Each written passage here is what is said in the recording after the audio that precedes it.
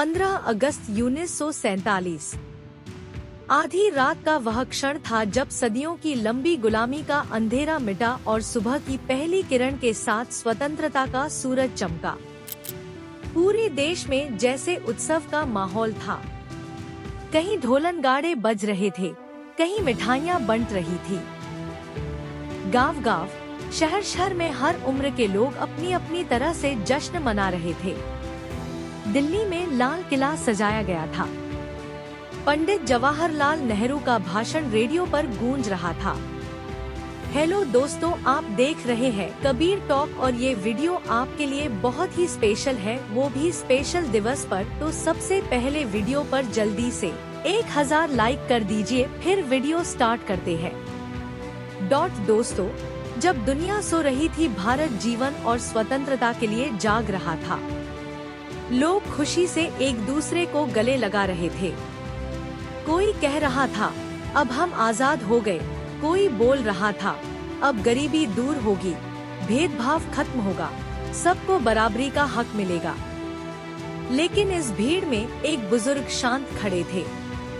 उनकी आंखों में खुशी तो थी, पर गहराई में कुछ सोचने का भाव भी था। उनके पास खड़ा एक युवा जो कॉलेज का छात्र था, उनके पास आकर बोला, दादाजी देखो ना, अब तो सब बदल जाएगा। अंग्रेज चले गए, अब हम सच में आजाद हैं। बुजुर्ग ने मुस्कुराकर कहा, हाँ बेटा, देश आजाद हुआ है, लेकिन इंसान अब भी कैद में है। युवा हैरान हुआ, कैद? कैसी कैद? अब तो कोई हमें गुलाम नहीं बना सकता। बुजुर्ग ने गहरी सांस ली और बोले, अंग्रेजों की कैद से तो हम निकल आए, लेकिन मन की कैद में अब भी फंसे हैं। जब तक इंसान जात पात में बंटा रहेगा, धर्म के नाम पर झगड़े करेगा, जीवों को मारेगा, अंधविश्वास में फंसा रहेगा, नशा करेगा, चोरी करेगा, तब तक वह सच में आजाद नहीं हो सकता। बेटा, ये बंधन शरीर के नहीं, आत्मा के बंधन है। युवा गंभीर हो गया, तो फिर असली आजादी क्या है?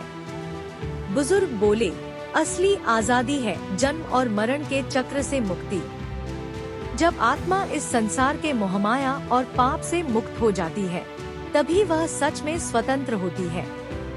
युवा की आंखों में जिज्ञासा चमक उठी, और ये आजादी कैसे मिलेगी?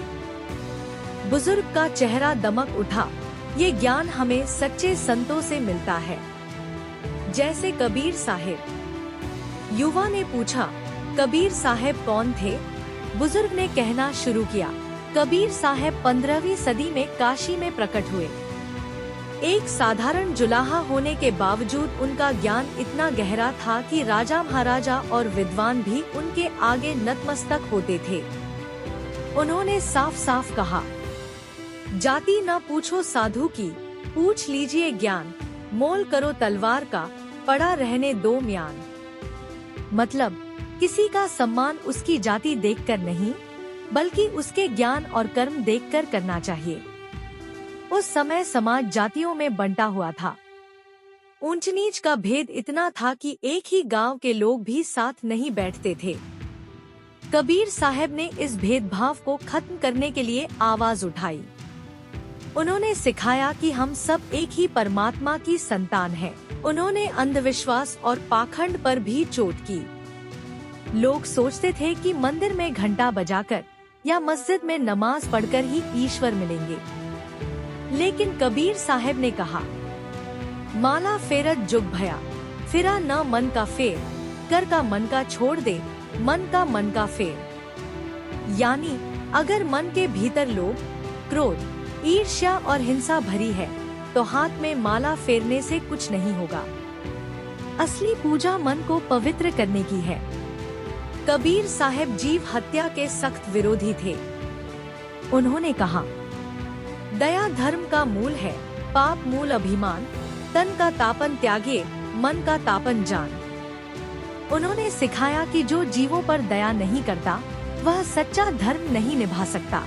बेटा सोचो, आज हम आजाद हैं, पर फिर भी लोग जीवों की हत्या कर रहे हैं, जात पात के नाम पर लड़ रहे हैं, नशे में डूबे हैं, चोरी झूठ बोल रहे हैं। ये कैसी आजादी है? युवा अब चुपचाप सुन रहा था। उसे लग रहा था जैसे दादाजी की बातें उसके दिल में उतर रही हों। बुजुर्ग आगे बोले, कबीर साहब ने अपने समय में नशे, चोरी, पाखंड सबका विरोध किया। उन्होंने कहा, असली धर्म वह है जो इंसान के भीतर के बुरे विचारों को खत्म करे, उसे सत्य और दया के रास्ते पर चलाए।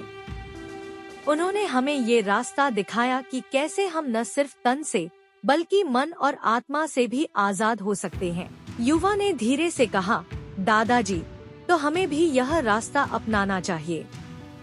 बुजुर्ग ने उसकी पीठ थपथपाई।